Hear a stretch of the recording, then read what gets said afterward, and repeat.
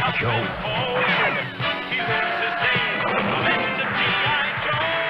The legend of G.I. Joe. Welcome to G.I. Joe Outpost. I am Jim the Joe Junkie Meal, and I will be your guide on a journey where we will explore all aspects of the G.I. Joe brand.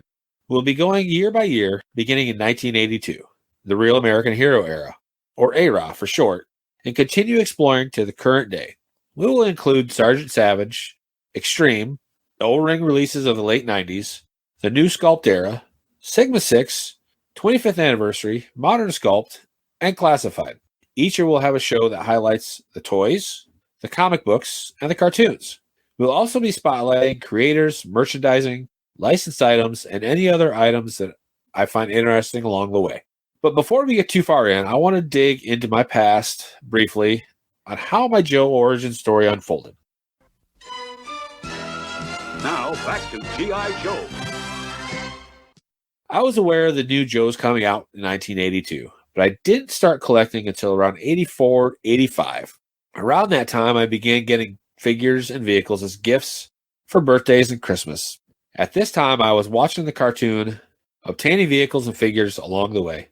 Of course, during this time, my brother George also was obtaining vehicles and figures, so sometimes our collections would blend together. And at times, there were disagreements on whose was whose. Just about the time I was getting out of the toys and the Sunbow cartoons, I was introduced to the comic book. I knew that the comic book existed due to the commercials, but never got into them until a family vacation down to Florida. Our mom bought 3 G.I. Joe comic books for my brother and I to read. These issues were number 88 of the main title, where the Python Patrol was introduced, and issues number 21 and 22 of Special Missions. I know that I read these issues many, many times during this vacation. I was hooked immediately after reading these issues, so much so that I picked up a few more issues at a flea market bookstore while on the trip. So I began picking up the title each month and looking for back issues. As with most of us, I got out of the collecting as I got older and started a family, but I kept a close eye on what was going on. Just didn't jump back in hard until 2010 to 2012. That is when I began collecting figures and vehicles again. And now I'm sitting in what I call the Outpost, filled with shelves of my completed vehicles and figures, and totes of vehicle shells and parts waiting to be completed or used for customizing projects. So with all the fine print, the details, and introduction out of the way, let's start with what we are really here for. It's hard to determine if the toy line would have been successful as it was if it wasn't for the comics and the commercials, which evolved into the cartoons. Was the combination of the 3 the perfect storm? Did they feed off of each other and increase the other success? The commercials and the cartoons were made to sell the comics and the toys.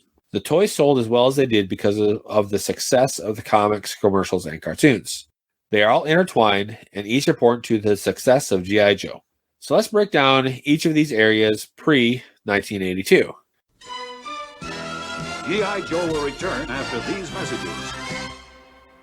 Where to begin with how the ARA figures and vehicles came to be.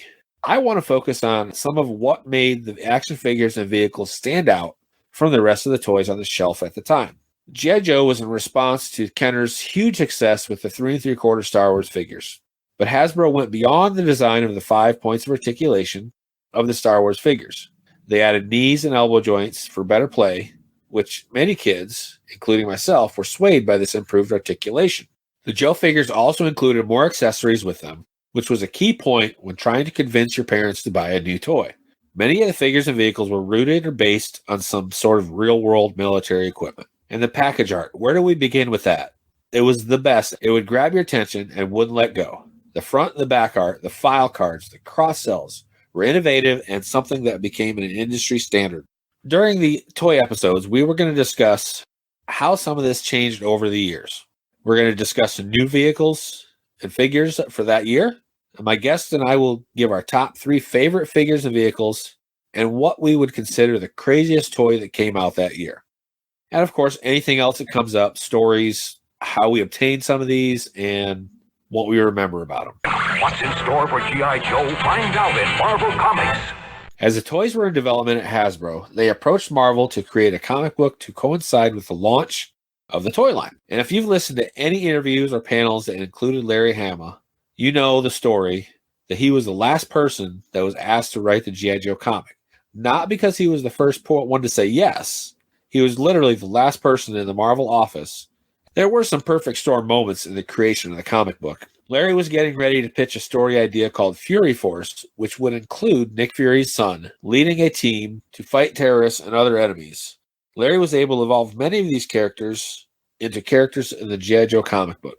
Larry created dossiers so that he could keep track of who was who, including the character's file name, rank, MOS, secondary MOS, and backstory. When the people at Hasbro found out about these, they decided to include them on the packaging, and they became the file cards. Larry would continue to write these for many years.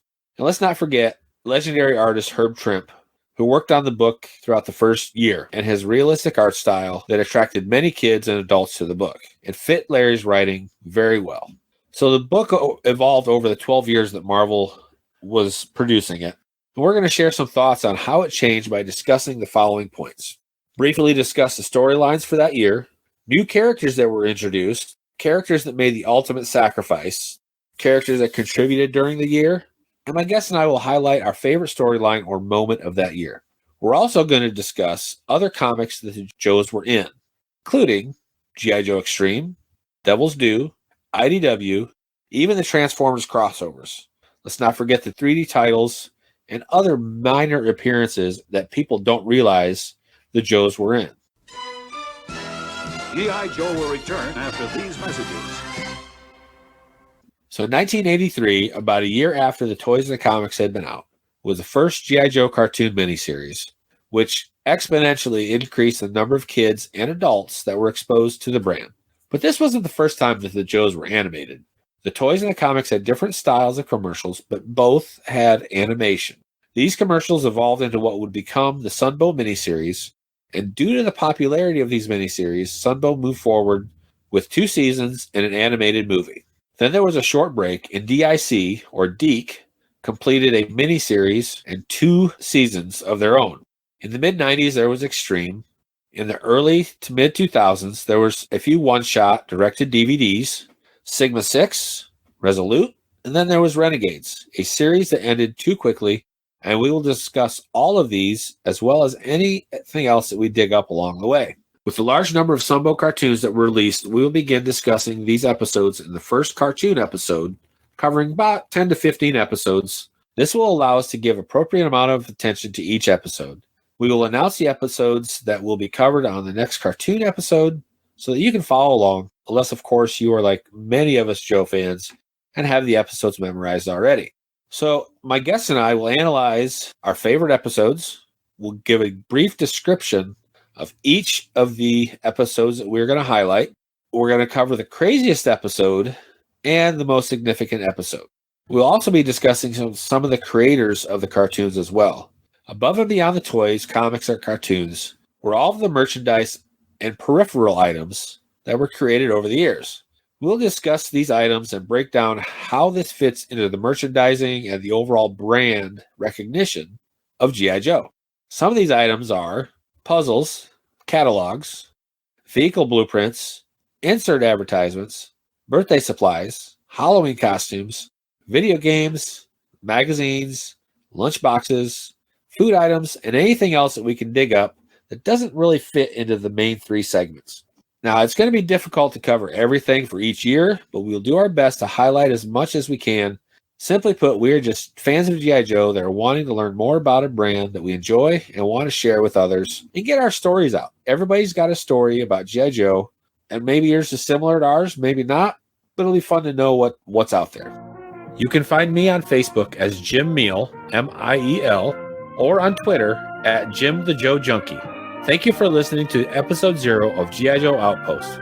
Please join us next time for episode 1, where we will begin discussing the vehicles and figures of 1982. Until next time, dismissed.